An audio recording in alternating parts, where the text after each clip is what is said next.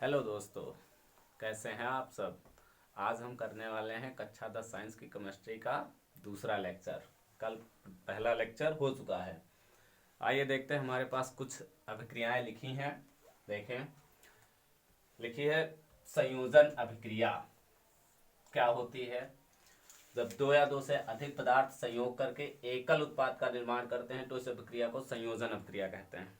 एकदम शॉर्ट में है कि जब दो या दो से अधिक पदार्थ, कोई दो पदार्थ हैं, जैसे एक पदार्थ कोई मान लेते हैं ये ए है, कोई एक पदार्थ ये ए है और कोई ये दूसरा पदार्थ बी है। ये दोनों पदार्थ आपस में संयोग करेंगे। अगर ए और बी को आपस में जोड़ा जाएगा तो वो ए बी बन जाएगा। तो हम ये देखो, यहाँ पर एक जो पदार्थ बन रहा है वो एक बन रहा है, कोई एक उत्पाद बनेगा। तो इस अभिक्रिया को हम संयोजन अभिक्रिया, संयोजन का मतलब है जुड़ जाना, जुड़ना। अब कोई दो पदार्थ हैं, कोई दो यौगिक हैं, वो आपस में जुड़ करके एक नया उत्पाद बना रहे हैं, तो इस अभिक्रिया को हम संयोजन अभिक्रिया कहते हैं। जैसे यहाँ पर अगर हम एग्जाम्पल की बात करें, जैसे देखें, जैसे NH3 प्लस HCl, अगर ये दो उत्पाद हैं, कोई अभिकारक हैं, और ये अभिकारक आपस में संयोग करके NH4Cl का निर्माण करते हैं, तो ये हमारा है अमोनिया, ये है हाइड्रोक्लोरिक एसिड, हाइड्रोक्लोरिक अम्ल, ये बना है अमोनियम क्लोराइड,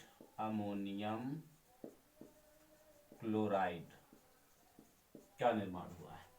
तो जब दो या दो से अधिक, इसमें दो हैं, दो कोई यौगिक हैं, दो या दो से अधिक पदार्थ संयोग करके एकल उत्पाद का निर्माण करते हैं, तो इस अभिक्रिया को हम संयोजन अभिक्रिया कहते हैं।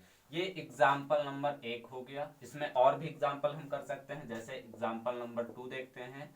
जैसे हम इसमें हाइड्रोजन लेते हैं प्लस आयोडीन लेते हैं, ये हो गया हाइड्रोजन, ये आयोडीन, ये दोनों आपस में संयोग करके HI और यहाँ पे 2, क्योंकि यहाँ पर हाइड्रोजन के दो हैं और यहाँ पर दो हैं, तो यहाँ पे 2HI, ये बन जाएगा हमारा हाइड्रोजन आयोडाइड,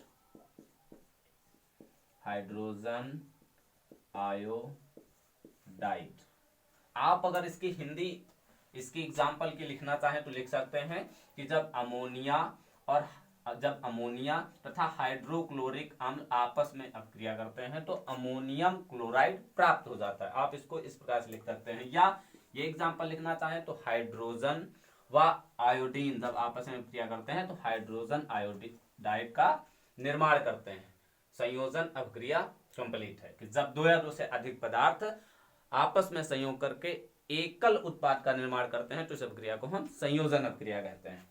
अगली है हमारे पास वियोजन अभिक्रिया। संयोजन, जैसे नाम से ही स्पष्ट हो जाता है कि संयोजन का मतलब है जुड़ जाना और वियोजन का मतलब होता है टूट जाना। अगर इसमें वियोजन है लिखा तो इसका मतलब क्या है? टूट जाना। अब कोई चीज है वो टूटेगी, तो जैसे लिखा जब कोई एक पदार्थ बाहरी प्रभाव के कारण, इस पे कोई बाहरी प्रभाव पड़ेगा तब ये दो या दो से अधिक पदार्थों का निर्माण करेगा, टूट जाएगा और दो या दो से अधिक पदार्थों का निर्माण होगा। तो लेकिन इसमें अगर उस मूल पदार्थ, जैसे हम मान लेते हैं, और जैसे यहां पे एग्जाम्पल है कि अगर यहां सिल्वर क्लोराइड को हम रख दें AgCl को, और AgCl है, अगर इस पर सूर्य का प्रकाश पड़ता है, सूर्य का प्रकाश डाला जाए, सूर्य का प्रकाश इस पे डाला जाए अगर, तो ये टूट जाता है Ag में और प्लस Cl2 में। तो Cl2 यहाँ पे 2AgCl और यहाँ पे 2 लगाएंगे, ठीक। तो इसमें अगर इस सूर्य के प्रकाश को यहां से हटा लिया जाए तो ये जो अभिक्रिया है ये पुनः फिर से मूल रूप में जुड़ जाएगी, मतलब है इसको हटा ले तो ये फिर से बन जाएगी। इसमें एक अगला एग्जाम्पल हम देखते हैं, जैसे जब कोई एक पदार्थ है बाहरी प्रभाव के कारण दो या दो से अधिक भागों में टूट जाता है, परंतु मूल पदार्थ हटा लेने पर, किंतु बाहरी प्रभाव हटा लेने पर मूल पदार्थ पुनः बन जाता है, तो यह अभिक्रिया वियोजन अभिक्रिया कहलाती है। जैसे देखो, NH4 N, ये एग्जाम्पल है कि NH4Cl है, ये इसको अगर हम गर्म करेंगे तो हमारा प्राप्त हो जाएगा NH3 plus HCl। NH3 plus HCl हमें प्राप्त हो जाएगा। अगर इस वाले भाग को हम ठंडा कर दें, ये वाला भाग अगर ठंडा कर दिया जाए तो ये फिर से हमको अमोनियम क्लोराइड प्राप्त हो जाएगा। ये हमारा जो है अभिकारक वो है अमोनियम क्लोराइड, ये अमोनियम क्लोराइड है, और ये हमें प्राप्त हुआ है अमोनिया प्लस हाइड्रोक्लोरिक अम्ल, हाइड्रोक्लोरिक अम्ल। ठीक, तो जब कोई एक पदार्थ है NH4Cl है, अमोनियम क्लोराइड है, इस पर जब कोई बाहरी प्रभाव पड़ता है तो ये टूट जाता है दो या दो से अधिक पदार्थों में। लेकिन जब इस पर इसका बाहरी प्रभाव हटा लेते हैं तो यह पुनः, जैसे इसको हम गर्म कर रहे थे, अब जैसे इसको हम गर्म कर रहे हैं तो गर्म करने पर यह दो भागों में टूट गया, लेकिन अब इसको हम गर्म करना बंद कर देंगे, धीरे धीरे ठंडा हो जाएगा। जब ठंडा हो जाएगा तो पुनः अपने पदार्थ में वापस हो जाएगा। तो हम रिएक्शन से ही थ्योरी निकाल सकते हैं। अगर हमें रिएक्शन पता है तो हम उसकी थ्योरी अपने आप निकाल सकते हैं कि जब कोई एक पदार्थ है बाहरी प्रभाव के कारण टूट जाता है और दो या दो से अधिक पदार्थों का निर्माण करता है, परंतु बाहरी प्रभाव हटा लेने पर मूल पदार्थ फिर से बन जाता है, तो इस अभिक्रिया को हम वियोजन अभिक्रिया कहते हैं। ठीक, अब अगली जो अभिक्रिया है वो है विस्थापन अभिक्रिया। इसके बाद समझते हैं विस्थापन अभिक्रिया। विस्थापन अभिक्रिया क्या होती है इसके बारे में जानते हैं। विस्थापन अभिक्रिया, विस्थापन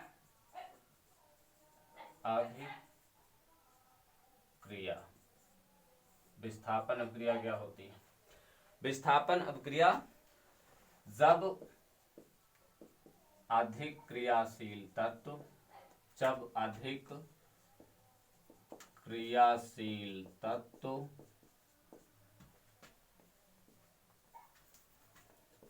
किसी कम क्रियाशील तत्व को, किसी कम क्रियाशील तत्व को उसके, जब अधिक क्रियाशील तत्व कम क्रियाशील तत्व को उसके यौगिक से विस्थापित करके स्वयं उसका स्थान ले लेता है, तो यह अभिक्रिया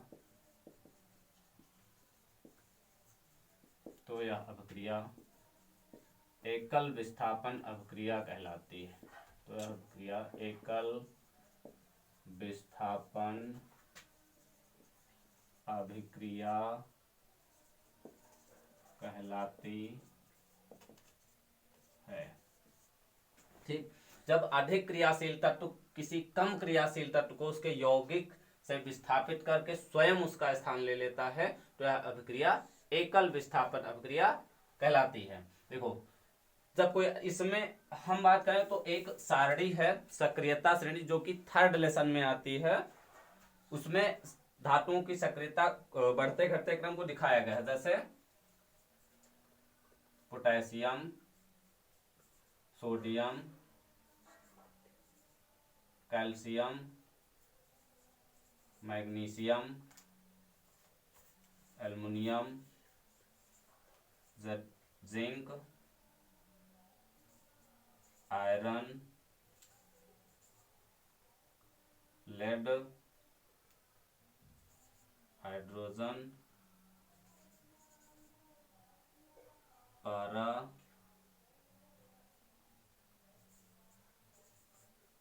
Ag और Au। सुना, देखो ये है हमारी सक्रियता श्रेणी। इसमें जो है वो बढ़ते क्रम में रखा गया है। जो सोडियम है, पोटेशियम है वो अधिक क्रियाशील तत्व है, ये जो तत्व है ये अधिक क्रियाशील तत्व है, अधिक क्रियाशील है, ये जो तत्व है अधिक क्रियाशील। अब ये मान लेते हैं घर का बड़ा बेटा है, तो जो के है अब उससे सब धीरे धीरे छोटे होते गए, छोटे होते गए, तो ये जो है घटते क्रम में इस प्रकार से इसको रखा गया है। हाइड्रोजन ये जितने आते हैं ये बहुत कम क्रियाशील हैं, ऊपर जितने जाएंगे वो अधिक क्रियाशील हैं। हमारे 10 में सिर्फ इतने ही तत्वों को दिया गया है। तो इसको याद करने की ट्रिक भी है कि जैसे हम इसको याद कर सकते हैं कि के फॉर कल्लू ने कार मांगी, आगे जिसका फूटा शीशा, हमारी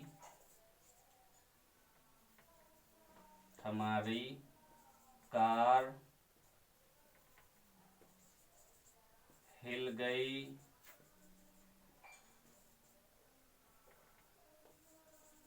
आज। ये इसकी ट्रिक है कि के फॉर ऐसे हम याद कर सकते हैं कि कल्लू ने कार मांगी, potassium, sodium, calcium, magnesium, aluminium, zinc, iron, lead, hydrogen, copper, mercury, silver और गोल्ड। इसको हम डिटेल में थर्ड लेसन में पढ़ेंगे। फिलहाल हमको सिर्फ यहाँ देखना है कि कोई अधिक क्रियाशील तत्व है, कम क्रियाशील तत्व को उसके यौगिक के विलयन से उसको विस्थापित करके स्वयं इसका स्थान ले लेता है, तो यह अभिक्रिया एकल विस्थापन अभिक्रिया कहलाती है। जैसे इसका एग्जाम्पल की अगर हम बात करें तो इसका एग्जाम्पल जैसे Zn है और प्लस CuSO4, तो Zn CuSO4 लिखा है, तो ये जिंक जो है वो देखो कॉपर से अधिक क्रियाशील है। जिंक जो कॉपर है वो यहाँ पर स्थित है, कॉपर हाइड्रोजन के नीचे स्थित है, और जो जिंक है वो यहाँ स्थित है। तो इसमें जो अभिक्रिया होगी वो होगी कि ZnSO4 प्लस Cu, क्योंकि कॉपर जो है वो बाहर हो जाएगा, क्योंकि वो जिंक है वो अधिक क्रियाशील है कॉपर से। हम इसको ऐसे समझ सकते हैं, जैसे मान लेते हैं कि आप हैं, आप घर में बैठे हैं या आपसे कोई बड़ा आता है, कुर्सी पर किसी बैठे हैं, आपसे बड़ा कोई आता है तो क्या करते हो, आप कुर्सी छोड़ देते हो। तो इसका मतलब है सेम कि जो ये जिंक है ये कॉपर से बड़ा है, कॉपर से अधिक क्रियाशील तत्व है। तो जब ये कॉपर से जिंक जो है कॉपर से अधिक क्रियाशील है, अधिक क्रियाशील होने के कारण ये जो कॉपर है वो बाहर चला जाता है और जिंक उसके स्थान पर आ जाता है। ठीक, आई होप समझ आया होगा कि जब अधिक क्रियाशील तत्व किसी कम क्रियाशील तत्व को उसके यौगिक से विस्थापित करके स्वयं उसका स्थान ले लेता है, तो यह अभिक्रिया एकल विस्थापन अभिक्रिया कहलाती है। ठीक इसी प्रकार आगे देखते हैं द्विविस्थापन अभिक्रिया। फिलहाल इसको हटा देते हैं। द्विविस्थापन अभिक्रिया क्या है? द्विविस्थापन अभिक्रिया, द्विविस्थापन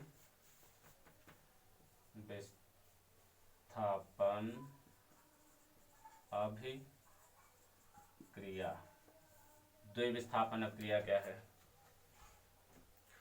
इसमें है जब अभिकारक यौगिक अपने आयनों की अदला बदली कर लेते हैं, जब अभिकारक यौगिक अपने आयनों की अदला बदली कर लेते हैं तब इस अभिक्रिया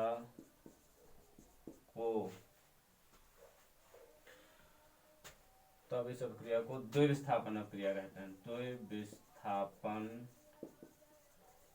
अभिक्रिया कहते हैं।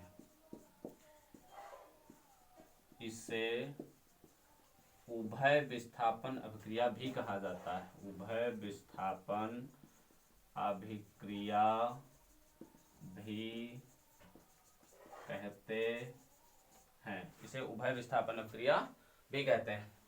जब अभिकारक यौगिक अपने आयनों की अदला बदली कर लेते हैं तब इस अभिक्रिया को द्विविस्थापन अभिक्रिया कहते हैं। जैसे इसका एग्जाम्पल हो जाएगा कि जब अभिकारक यौगिक अपने आयनों की अदला बदली कर लेते हैं तब इस अभिक्रिया को हम उभय विस्थापन या द्विविस्थापन किसी भी नाम से पूछी जा सकती है। इसको हम उभय विस्थापन के नाम से भी जानते हैं। उभय विस्थापन या द्विविस्थापन। तो इसमें क्या है, जैसे एग्जांपल है BaCl2 प्लस Na2SO4। इसमें देखो BaCl2 प्लस Na2SO4 है। इसमें अभिकारक यौगिक अपने अणु, अब ये क्या है अभिकारक, हम पहले पढ़ चुके हैं। तो अभिकारक क्या है, ये दोनों अभिकारक हैं, ये अपने आयनों की अदला बदली करेंगे।